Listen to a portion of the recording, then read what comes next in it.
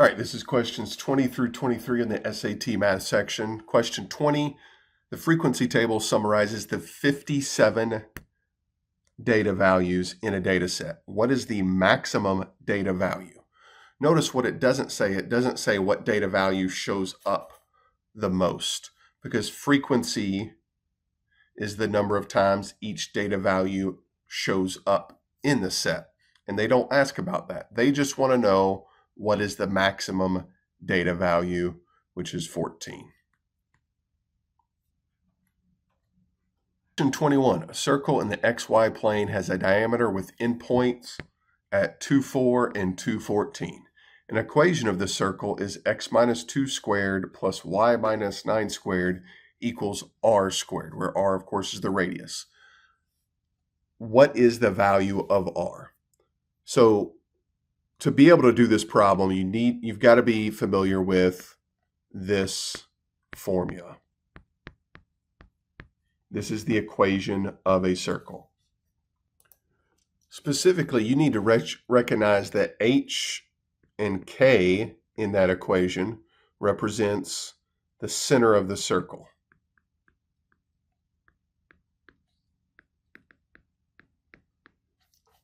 So in this question, h is 2 and k is 9. That's our center.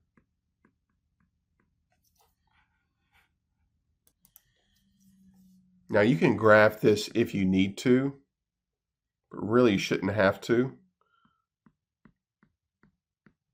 I'm going to make a very crude graph here. So 2, 9 is right 2, up 9. That's the center of the circle. Well, the diameter has endpoints at 2, 4, and 2, 14.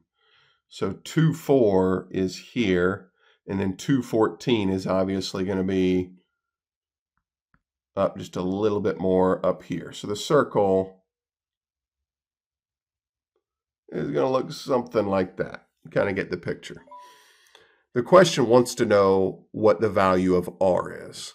And the value of r is just the radius. So it's just the distance from here to here. And since it's a vertical line that's parallel to the y-axis, we can simply just count the number of tick marks, or we could just subtract. 9, the y-coordinate is 9, and you'll notice it's 5 away from this y-coordinate, and it's 5 away from that y-coordinate. So the radius of this circle is 5. You can draw the picture if that helps, may not be necessary. Question 22, the measure of angle r is 2 pi over 3 radians. The measure of angle t is 5 pi over 12 radians, greater than the measure of angle r. What is the measure of angle t in degrees? So the first thing we want to do is we want to find the measure of angle t based on this radian information. Well, they tell us the measure of angle t is 5 pi over 12 radians greater than angle r. So greater than means we're adding 5 pi over 12 to 2 pi over 3. So real quickly, we're going to get a common denominator. Common denominator will be 12. That's our least common denominator. So whatever we do to the bottom of the fraction, we have to do to the top. So now we've got 5 pi over 12 plus 8 pi over 12. So we add the numerators, we get 13 pi over 12. So that is our answer. This is the measure of angle t. But they want it in degrees. Now, the SAT formula sheet does tell us, like if you've forgotten the exact formula to use, they tell us that 2 pi radians is equal to 360 degrees. So by that fact, if we halve both of these, if 2 pi is 360, that means 1 pi is 180. And if you think about 13 over 12, our answer, really that's 1 and 1 over 12 pi. So it's just a little bit greater than 1 pi. So that means if we convert this to degrees, it should just be a little bit greater than 180. And the only answer that fits that bill is 195. Now, the formula, the actual formula, if you wanted to solve it this way, is to convert 2 degrees. We multiply it by 180 over pi. And then, of course, the pi's cancel there. And from here, we would just use a calculator. 13 times 180. I don't know why I'm doing this because we already know what the answer is. Divided by 12 should end up being 195, and it is. All right, a certain town has an area of 4.36 square miles.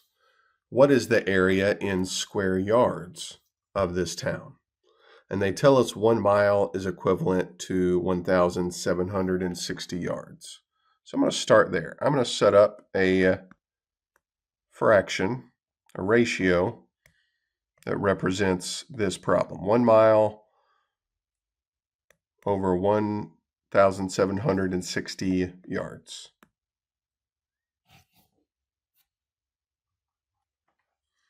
Now, since we're talking about square miles and square yards, I am going to square both of those values. But that should be equivalent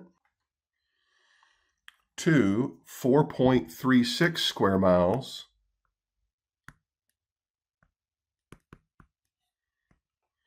over the equivalent amount of square yards in this problem, which is what we're trying to find. So that is our x.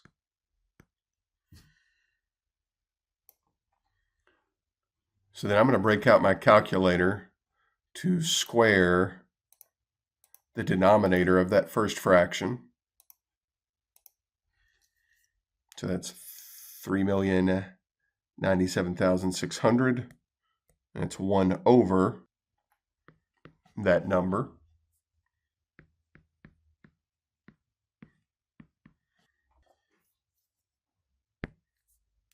And the easiest way to finish this proportion is just to cross multiply. So we're going to take 4.36 and multiply it by that 3,097,600 number.